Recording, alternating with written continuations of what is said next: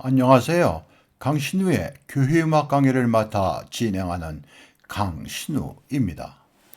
교회력 두 번째 시간으로 교회력에 대한 일반적인 이해 두 번째 시간입니다. 이 교회력과 한국교회. 교회의 역사에서 교회력을 폐지하거나 재구성하려는 시도가 있었으나 그 중요성으로 인해 보존되고 활용되어지고 있습니다. 대부분의 개신교회에서는 성인들의 기념일 등 일부를 제외한 교회력의 주요한 부분들을 지켜오고 있으며 예배의 주제와 내용을 설정하는 데 기준이 되어 왔습니다. 그러나 초기 미국 이주민들 가운데 영국의 청교도들은 교회력을 가톨릭 교회나 영국 교회의 제도로 잘못 인식하여 교회력을 소홀히 하였습니다. 그 결과 많은 수의 미국 교회들은 교회력에 대한 메마른 전통을 가지게 되었습니다. 그 예로 세계평화주일, 인권주일, 성서주일, 가정의 날, 송구, 영신, 예배 등이 예수 그리스도가 중심이 된 교회력보다 교회에서 더 강조되는 결과를 가져왔습니다. 과거 일부 미국 교회들에서 지키던 세계평화주일은 세계 제1차 대전 종전 기념일이며 인권주일은 에이브라함 링컨의 생일인 11월 11일이며 가정의 날은 5월 둘째 주일입니다. 지난날 미국 교회의 영향을 받은 한국 교회도 교회력을 따르지 않는 교회들이 많이 있습니다. 그리고 목회자들의 개인적 견해나 편견으로 인하여 어린이주일, 어버이주일, 인권주일, 집회 강조주일 등이 하나님의 구원이며 그리스도의 생애가 중심이 된 교회력보다 우선되거나 때로는 혼동되어 사용되므로 주일 예배의 주제에서 혼란을 가져오는 일이 흔히 있습니다. 지금의 미국 교회는 일부 부흥주의 교회를 제외한 개혁교회나 감리교회는 교회력에 의한 매주일 예배가 기획되고 지켜지고 있습니다. 그러나 아직 이들 미국 교회들의 교회력에 대한 영향이 우리 교회에 미치지 못하고 있는 것이 현실입니다. 일부 우리 교회에서 이를 위하여 노력하며 시작하고 있습니다.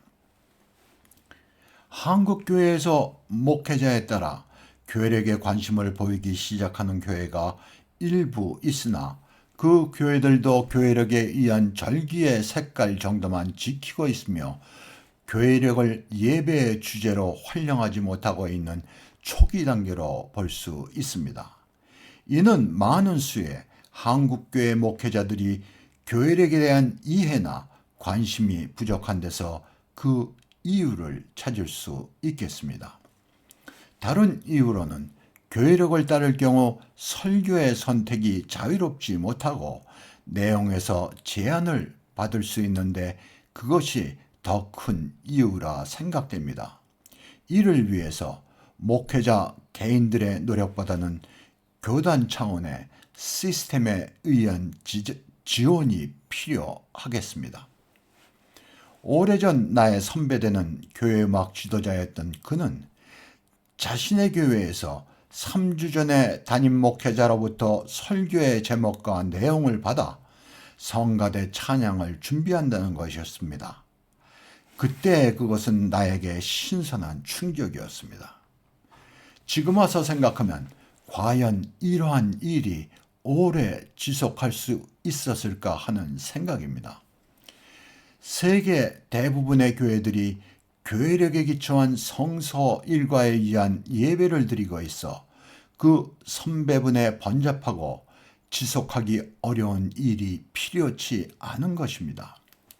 음악 지도자들은 교회력과 성서 일과에 맞춰 회중 찬송가, 성가대 임내성을 비롯한 찬양곡을 준비하면 되는 것입니다.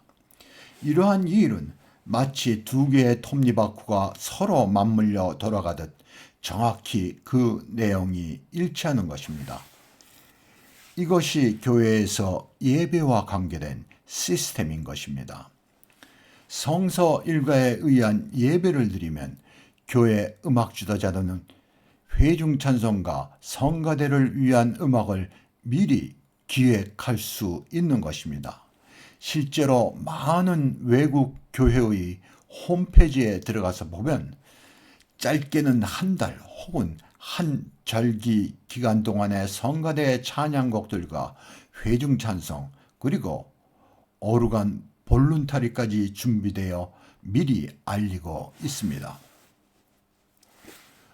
우리 교회의 주일 설교는 설교자가 설교에 인용할 짧은 성서 말씀을 봉독한 뒤에 설교가 있게 됩니다. 이는 부흥주의 교회나 다시 말하면 집회 형식의 예배나 집회 때에 있는 설교로 보편적인 교회의 예배에서 설교와는 다른 것입니다. 이는 교회 전통에서 볼 때 예외적이라 하겠습니다. 그러나 한국의 거의 모든 교회가 아직 담임 목회자가 중심에 있고 예배에서 시스템이 존재하지 않는 것입니다. 우리 교회에서 회중 찬송의 선곡을 음악 지도자가 아닌 설교자인 담임 목회자가 담당하다 보니 설교의 선곡의 폭이 좁고 음악적으로 낮은 수준의 찬송이 선곡되기도 합니다. 어느 교회 오르간 주자는 회중 찬송을 준비하기 위해 미리 목회자에게 다음 주에 찬송을 알려줄 것을 부탁하였으나 어느 때는 토요일 밤에 연락을 받은 일이 있어 당혹스럽다는 말을 들은 적이 있습니다. 심지어 어느 교회는 주일 아침에 주보를 받아보고 주일 예배 찬송을 알기도 합니다. 이러한 환경은 회중 찬송의 발전에 장애가 되는 것입니다. 교회력을 따르면 매주일 하나님의 구원과 사랑에 대한 새로운 면을 대할 수 있으며 하나님께서 우리의 구원을 위해 하여 오신 일들을 질서와 조화 가운데 체험할 수 있는 것입니다. 3. 교회력에 사용되는 색, 의식의 색입니다.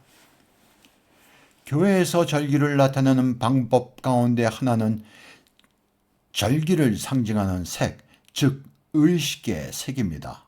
오래전부터 교회는 제단 설교대, 성경 봉독대 내림천과 집내벽 목회자의 목에 걸치는 드림천 등의 교회 절기의 색을 상징적으로 사용하여 관계된 날들과 절기들의 정신과 의미를 나타내어 왔습니다. 초대교회 때부터 색이 사용되었는데 그때는 주로 흰색을 사용한 것으로 생각되어지며 지금과 같은 의식의 다양한 색은 12세기 때부터 시작되었습니다. 그 후에 절기의 색은 변화와 발전을 거듭하여 왔으며 교회나 교파에 따라 색은 조금의 차이가 있습니다. 다음은 교회에서 절기에 사용되는 일반적인 색과 그 의미들입니다. 흰색. 흰색은 순결, 거룩, 완전, 위엄, 영광, 즐거움의 색이며 신성함을 나타내는 색이기도 합니다. 흰색은 성탄절, 부활절, 현연일과 같은 기쁜 축제와 그리스도의 생애에 특별한 사건이 있을 때 사용하는 색입니다. 초록색. 초록색은 번영과 성장을 상징하는 색입니다. 다른 색에 비해 가장 많이 사용합니다. 교회와 그리스도인의 성장과 발전을 강조하는 후반 축제기, 교회의 기간과 현연일, 1월 6일을 제외한 현연절 기간에 사용하는 색입니다. 보라색. 보라색은 참회와 애도, 준비의 색입니다. 대강절과 순환절에 사용되는 의식의 색입니다. 교회에 따라 대강절은 예수 그리스도가 이 세상에 오시는 절기로 희망을 나타내는 청색을 사용하기도 합니다. 빨간색, 불과 피를 상징하는 색입니다. 붉은색은 하나님을 향한 열정, 자기 희생, 순교, 감사, 찬양, 기도, 성령 등을 의미합니다. 이 색은 성령 강림절, 교회 헌당 예배 및 기념일, 순교자 추모일, 종교개혁 기념일 등에 사용됩니다. 검은색, 애도와 죽음의 색으로 죄를 깊이 뉘우치는 의미를 가지고 있습니다. 검은색은 성금요일에만 사용되나 형편에 따라 보라색을 사용할 수도 있습니다. 황금색, 황금색은 현현절과 부활절에 흰색을 대신하여 사용되기도 하는데 황금색은 왕 중의 왕이신 그리스도를 상징합니다. 대강절이 시작되기 전 주일인 왕 대신 그리스도 주일에도 사용합니다. 주홍색, 고난주일, 우리는 흔히 종료주일이라 하죠. 종료주일과 성금요일을 제외한 고난주간에 사용할 수도 있습니다. 4. 교회력의 주요 절기. 교회력은 크게 두 부분으로 나눠집니다. 교회력의 처음 6개월은 예수 그리스도의 오심을 준비하는 대강절로 시작하여 그리스도의 탄생, 생애, 고난, 죽음, 부활, 승천, 그리고 성령의 오심으로 끝납니다. 교회력의 시작인 대강절 전주일은 왕 대신 그리스도 주일로 지킵니다. 교회력의 마지막 절기는 성령 강림절입니다.